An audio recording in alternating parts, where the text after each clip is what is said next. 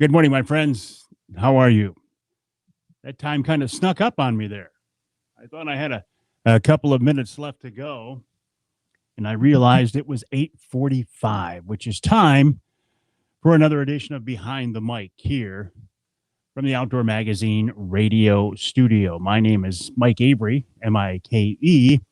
Behind the microphone, M-I-C, as we get ready to record this week's Outdoor Magazine radio show. That's why I'm here. I'm here in the studio to record this week's show, heard on broadcast stations across the great state of Michigan. The podcast available anywhere. Good morning, Craig. How are you? I was out yesterday in the storms. We did pretty good in the skinny water. So, Craig, if you get some time, you might want to head out there. James, good morning. How are you? Nice to have you along with us on another edition of Behind the Mic. Martin is with us. Dave is with us. Good morning. Hello, Randy. Randy, the skinny water was good to us yesterday. Brad, good morning. How are you? Mark, nice to have you along with us as well. Jefferson North, my fellow skillet. You're the one who turned me on to him, Mike. Bruce, good morning. Elliot, good morning. How are you, my friend? Lance Valentine of Teachin' Fishing, teachinfishing.com. Lance, the skinny water was fun yesterday. Big sheephead. Yeah, that somebody's called those the Saginaw Bay salmon. I like that description. That's a very good description. Buried the board, took out drag. I had to pump the fish in like a king. It was a lot of fun. You're out fishing right now. I was thinking, Randy, on the way into the studio that today would be a beautiful day to be fishing. The weather looks great. Not much wind. Next time I can get out is Friday, and there's supposed to be northeast winds on Friday. Supposed to be fishing with the Speedy Blaze guys on Friday, finally. You fished bass on Lake Orion with a grandson, caught 13 and had fun. Craig, that sounds like a riot. Cameron, good morning. Ryan, good morning. Yeah, anytime you can go fishing with the grandkids, that sounds like a lot of fun. So what is going on? David, good morning. Hello, Julie. I'm doing very well. I hope you are doing the same. My name is Mike Avery. This is another edition of Behind the Mic here live from the Outdoor Magazine radio studio. Ed Bolanowski. I know it, Ed. I know it. We were supposed to, as you know, Ed, supposed to fish last Friday. The weather didn't cooperate. We're supposed to fish this Friday, and I'm looking at northeast winds. If they are light northeast winds, we can probably get away with it. The Angler Quest can take all the water Saginaw Bay can throw at it. Darcy checking in from Lake Superior, Porcupine Mountains. Fishing is great. That sounds like a wonderful place to be. Darcy, have fun. Enjoy yourself. But as I was telling Ed when we postponed the first trip, just because the boat can take it, and again, the Angler Quest can take anything. You know what, Mike? You're exactly right, and I apologize. It slipped through the cracks. Oh, you live there. That's even better. Darcy, that's even better. Paul Perrone from VersaSkin, VersaSkins.com. Good morning. How are you? Matt checking in. Nice to have you along with us, Matt. Chad fished yesterday early morning before the rain. Didn't do well at all through everything. I had at them, couldn't get them going. Chad, we were out there and fished right through the wind, right through the storms. Of course, as close as I was, I knew I could duck in at any time. And our skinny water, finally, Chad, is doing all right. And I would fish that over the deeper water any time. Big Northeast is no fun to fish in. No, it's not. Going back to your comments, Mike, about not responding to your message, I tell you what I'm dealing with these days. There are so many different messaging platforms coming at me, from texting to emails to, well, Paul, it's nice to have you along with us. Always a pleasure. VersaSkins.com. Change your skin for the season you're in. VersaSkins.com. And then all the social media messages that I get, it's sometimes hard. Not sometimes. It's often hard to sort through them all. My brother and fellow Panhead. Good morning, Jim. How are you? Nice to have you along with us. I fished last Friday with the Grillo boys, Mike, a.k.a. Butch, and his son, Nick Grillo, good friends of mine. Skinny Water paid huge dividends last weekend for Scott Hand. Scott, my buddy who bought the Angler Quest I was running last year. Scott, I'm not going to give you away the details, but Scott had a day on Saginaw Bay last weekend. He caught more fish on that one day than I think I probably caught the entire summer so far. So good for you, Scott. I don't know if I can. Do you consider that Skinny Water? I guess we have to. The walleye are hitting in the Ontonagon in Ontonagon. Darcy's bringing us a UP report this morning, and I love it. I love it. It was nice fishing with the Grillos. Great people. They're hardcore outdoorsmen. Always fun to be out there. Fished with my buddy Tony yesterday, my brother from a different mother. And we got wet. And it was okay because we knew we were going to get wet. Good morning, Chuck.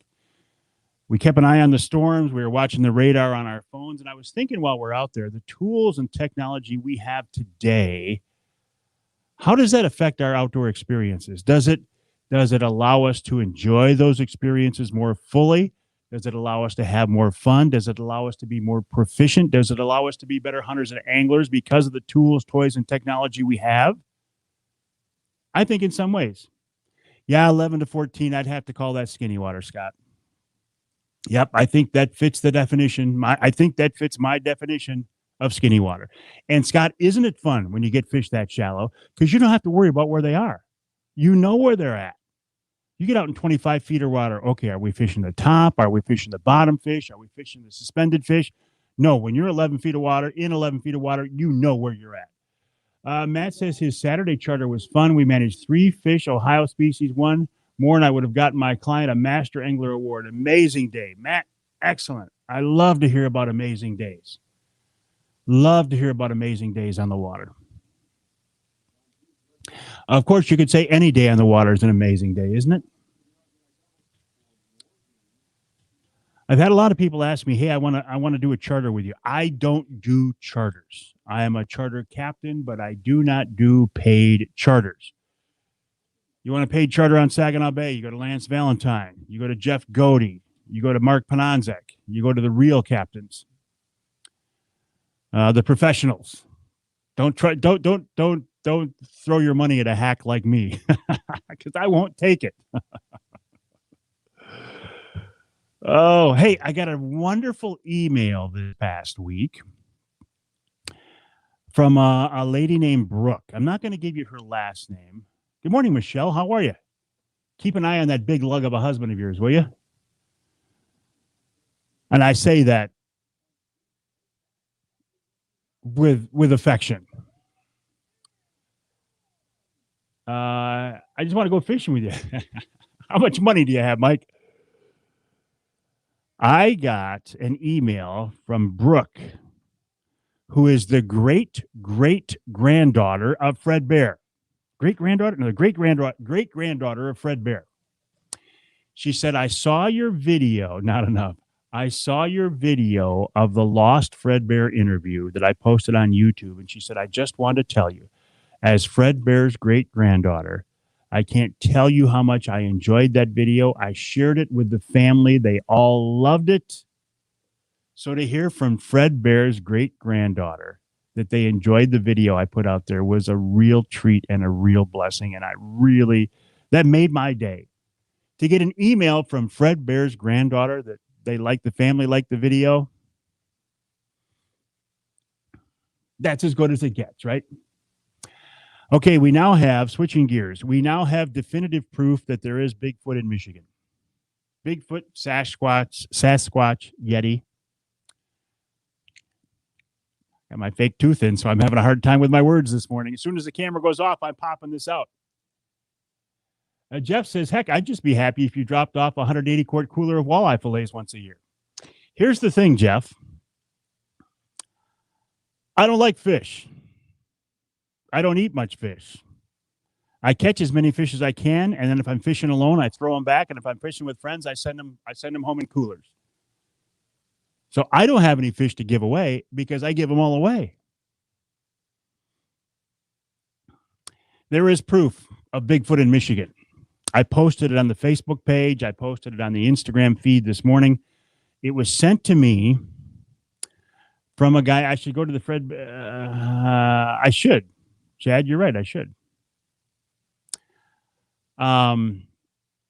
It was from the Cass River below the M46 bridge in, what would that be? Tuscola County, Huron County? And there's a picture of it in the water. So it's got to be proof. Was that a test? Yeah, this is a test of the broadcast microphone.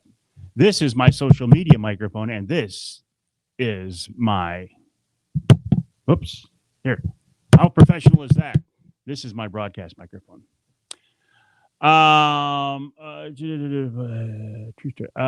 Jeff says, question, a couple of weeks ago, you caught a planer board with a fish on it. What kind of planer board? Well, no, we didn't catch a planer board with a fish on it. One of our planer boards, the line broke off, and we had to go chase the board. It was our fish. We had to go chase the board, and the fish was still on it. What kind of planer board was it, and did it have a 3-hook harness on the end? No, Jeff, we didn't catch your board. We caught our board, and it was an offshore OR-12 with a tattle flag set up.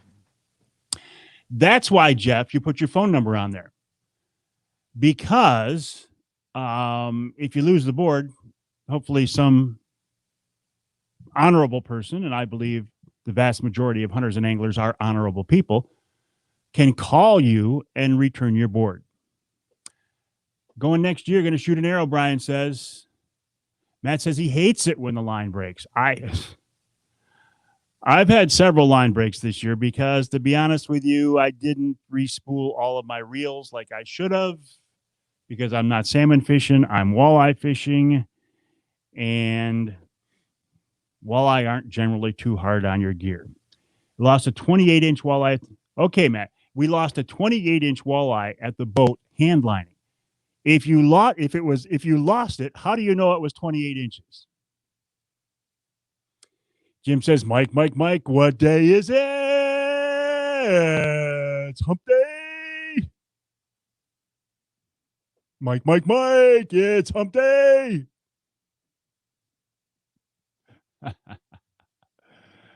Matt switched over to Suffix ADY. I don't know what that is. Mono, 14-pound test. A good captain knows that I should be changing all my line out. I should. I was looking at my gear the other day. Some of it's getting kind of long in the tooth. How about those gas dock fuel prices around the bay? You might want to do a couple of charters to help cover your fuel. It's a business expense, Scott. It's all a write-off. Actually, I got gas at Bay Harbor up on the river the other day, and I didn't think it was that bad. All right, Matt, have fun at your meeting. How often should line be changed? Good morning, Brent. How are you? Jim, that's an excellent question. People like Mark Romanek will tell you should change it a couple times a year. Well, that's as much as he fishes. I would say the average weekend warrior can go a couple of years. If you're a hardcore weekend warrior like me, you should probably change it out every year. And I should. And it is my intent to do so. But I don't always do it. Don't always do it. Oh, did you see this one? Good morning, Otto. Good morning, Kevin. Did you see this one? The Washtenaw County Board of Commissioners has joined the Kalamazoo County Board of Commissioners in passing a resolution in opposition to hunting contests. Dan, good morning. You got a bear tag. Good for you, Kevin. I don't know if you have hunted bears before, but I think you're going to love it. Don't leave the rods in the sun. Bad in the lines. Yes. I don't know what else I would. Mine are always in the sun there on the Angler Quest. I leave them right up in the rocket launcher and in the rod holders. I know. And I was railing on the Kalamazoo County Board of Commissioners under a couple of weeks ago, saying, under what authority do they think they have to do that? I'll say the same thing about the Washtenaw County Board of Commissioners. I have to believe that there is enough going on of true substance and importance in Washtenaw County, i.e., infrastructure, paying for your jail, keeping your deputies on the road, taxes, garbage collection. There's probably a lot going on in Washtenaw County that is far more important than the Board of Commissioners voting to oppose hunting contests. Be your third Michigan Bear. Good for you. I don't get it. Worry about the things you need to worry about. Do not go out of your lane, Washtenaw County Board of Commissioners, and worry about hunting contests because it's not under your purview. Don't worry about it.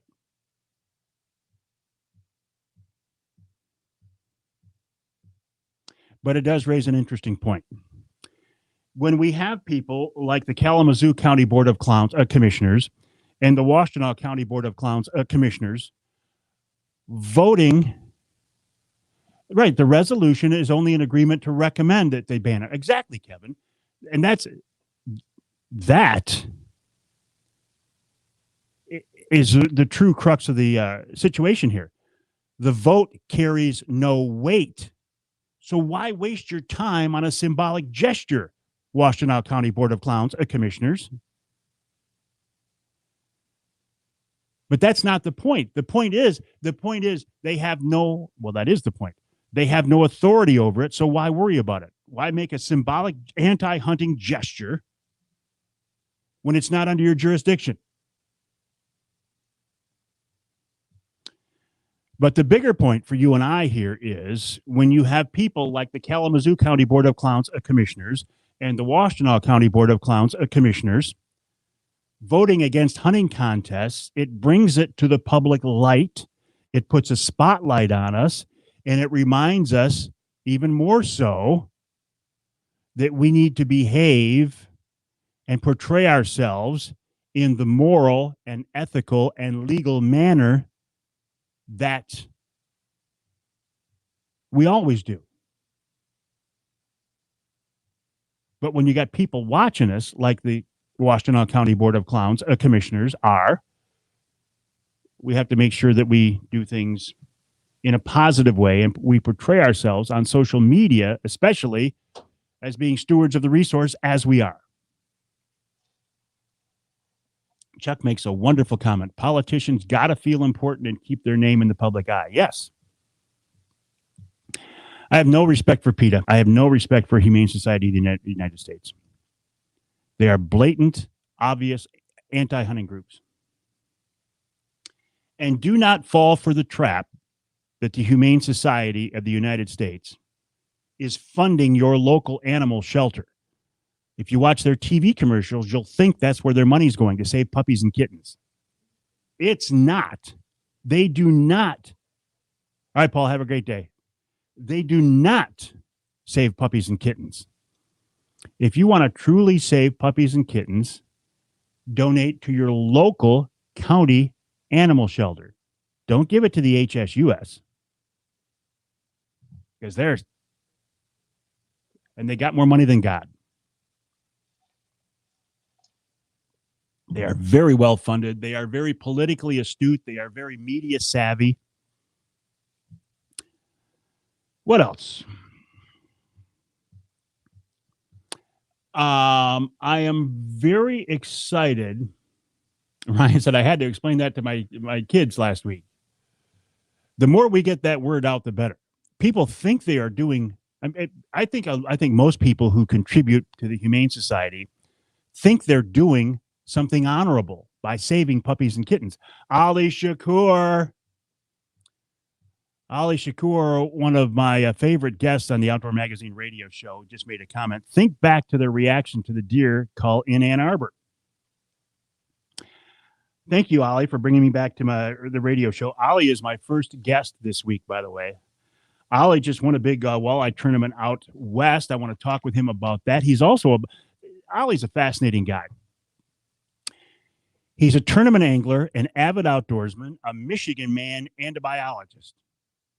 PhD, I think. Jim says, have a great day, Mike. Have to take my grandson perch fishing now. That is the best excuse to leave this broadcast that I've heard all morning, Jim. Got to take the grandson fishing. Good for you. Ali Shakur is my first guest this week here in the Outdoor Magazine radio studio. You can hear the show this weekend on broadcast stations across Michigan, and the podcast will be available Sunday afternoon.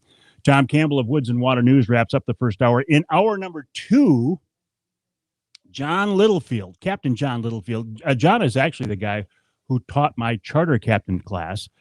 He went up to Lake Superior, and he took on your 65th birthday. Happy birthday, Jim. You got me by a couple years. John Littlefield went to Lake Superior last week, and he took his angler quest. Their plan was to head to Stannard Rock. Did they make it? We'll find out.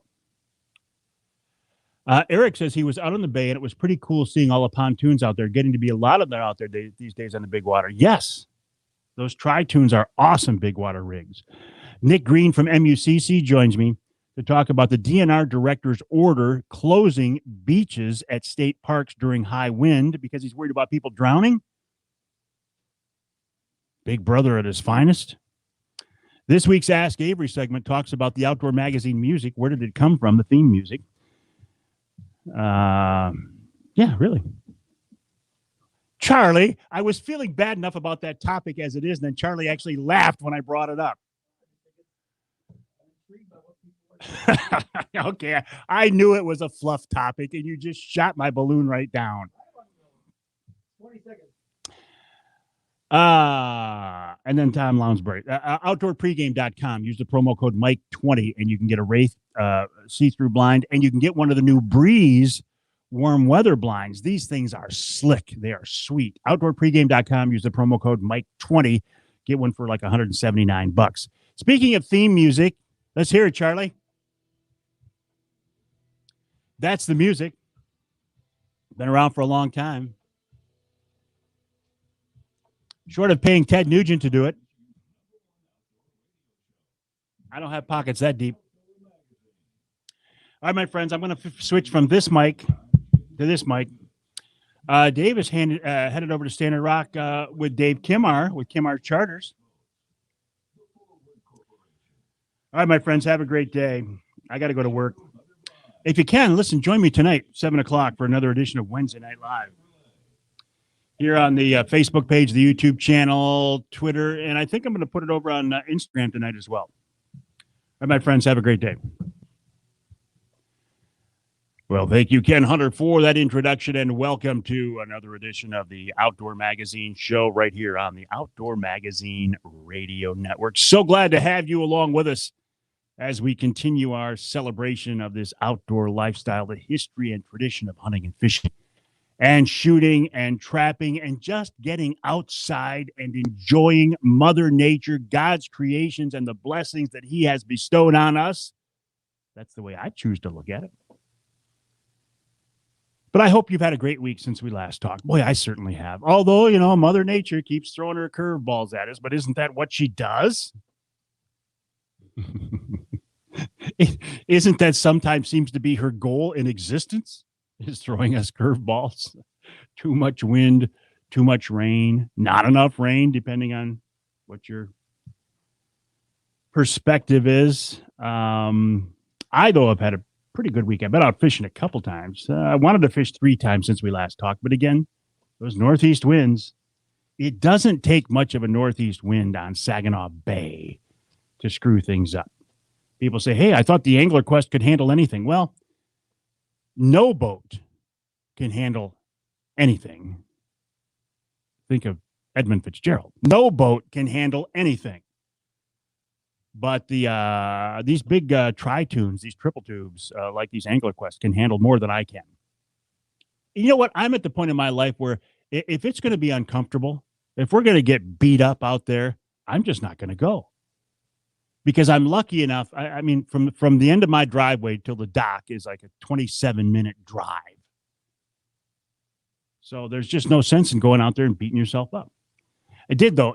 Had a real nice outing here about a week ago now with Mike, also known as Butch Grillo, and his son Nick from Michigan Brand Meats. We got out, and it was blowing pretty hard. I was surprised how rough it was that morning when we got out there. Charlie, I started the wrong timer, but I'll be good. When I see you start to make some motions over there, I'll stop talking. It was pretty rough. We tried the Skinny Water, made one pass through there, and it was really dirty. I mean, like chocolate milk, or really riled up from the rain and from the wind. Had it all riled up. Went out to the sailboat buoys. Could not get anything to go. The only fish we were marking were on the bottom. We beat those fish up pretty hard. Just couldn't get them to go. And finally, Nick, who is also a fellow Skinny Water fan, I said, Nick, what do you say we go back in there and just pound that Skinny Water until the end of the day, and till noon, whenever we were going to quit fishing, just see what we can get done. He said, yeah, I love the Skinny Water. We went back in there, and lo and behold, the fish turned on. The same area we'd made a pass through a couple hours earlier.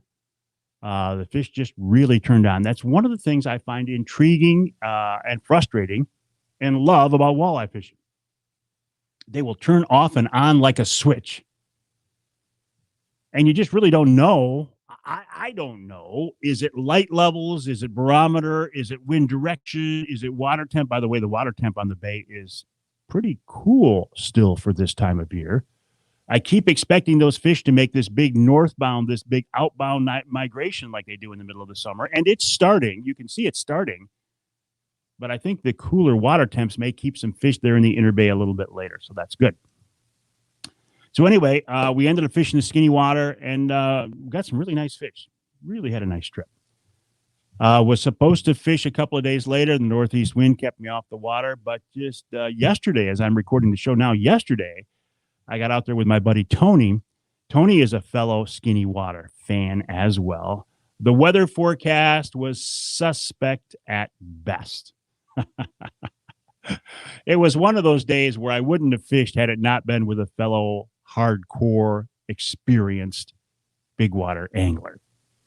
We knew there were going to be storms rolling through. We knew we were going to get wet. We knew it was going to rain. But when you get up in that shallow water, which, by the way, I'm actually glad to see the color up in there, because earlier in the season, you could see bottom in 15 feet of water. Well, you're not going to get walleye midday cruising around and biting when you control over the top of them, look down and see them. So I'm glad to have some color in there. Tony and I went up in there and got some really nice fish. Probably the nicest fish of the year, of the season. Number 7 flicker shads, 80 and 60 feet back, and then good old-fashioned Hottentots,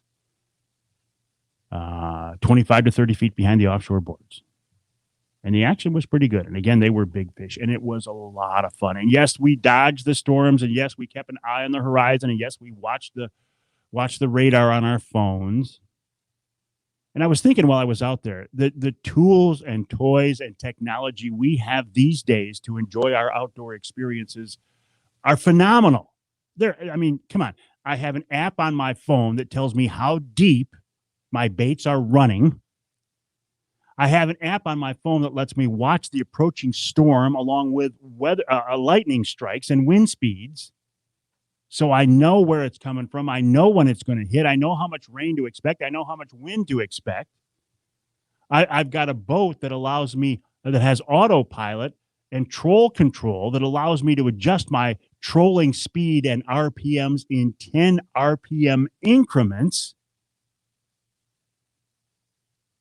These are tools and technology and toys that my grandpa couldn't even have dreamed of, and my dad would have had a hard time accepting that we have this kind of information.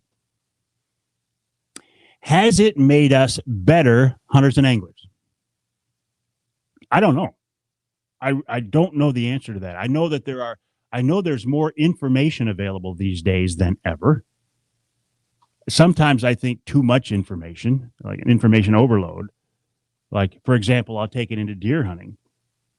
some people take it to the extent of, they run trail cameras year round, and they have a hit list, and they name their bucks, and they only shoot mature bucks, and they won't shoot a buck unless they've got trail cam pictures of them, and they won't shoot a buck unless they've got sheds from the previous year.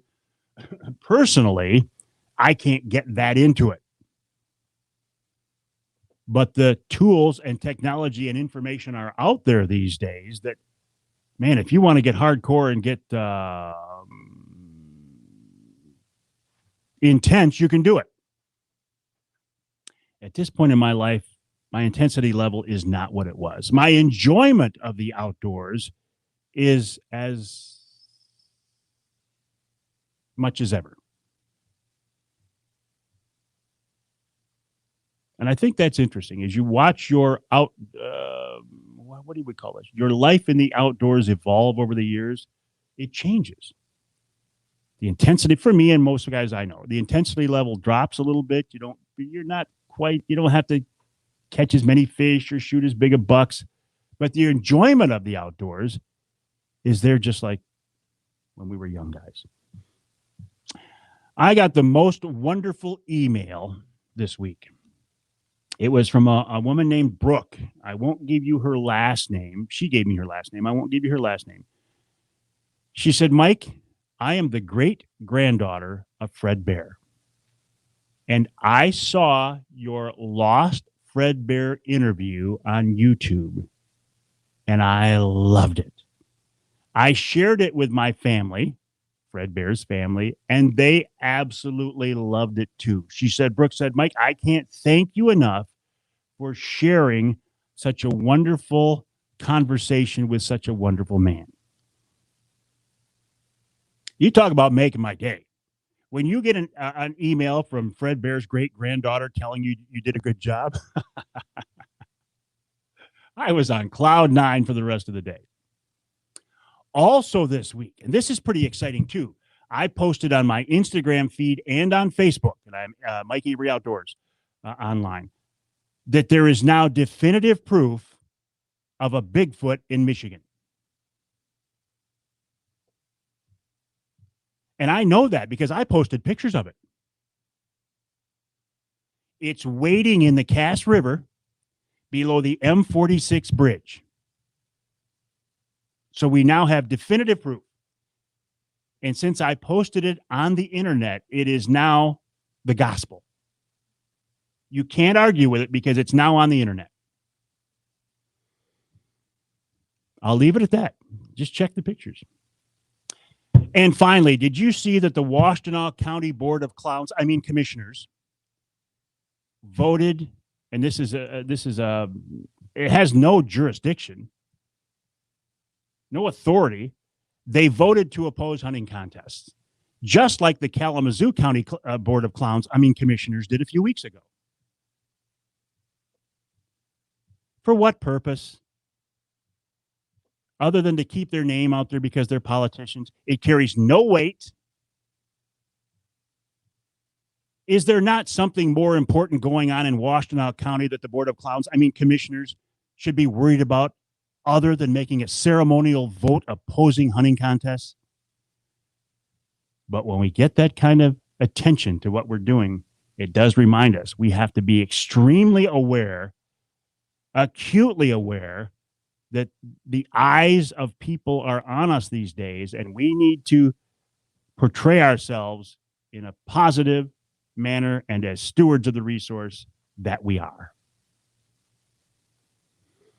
Coming up after the break, here on the Outdoor Magazine Show, Ali Shakur joins me, tournament fisherman, fisheries biologist. We'll wrap up the first hour with Tom Campbell of Woods and Water News. Coming up in hour number 2, John Littlefield, Nick Green from MUCC, and in hour number 3, Tom Lounsbury and wild game chef Dave Miner. Coming up right here on Outdoor Magazine.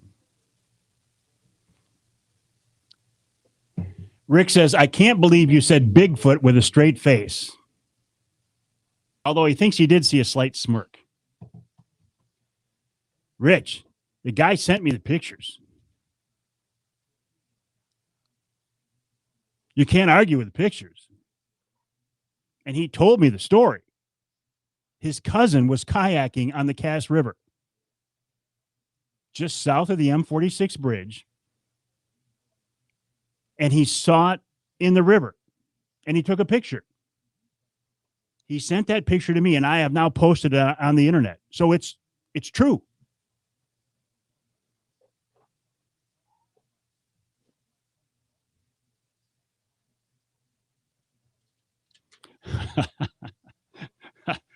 All right, my friends. Have a great day.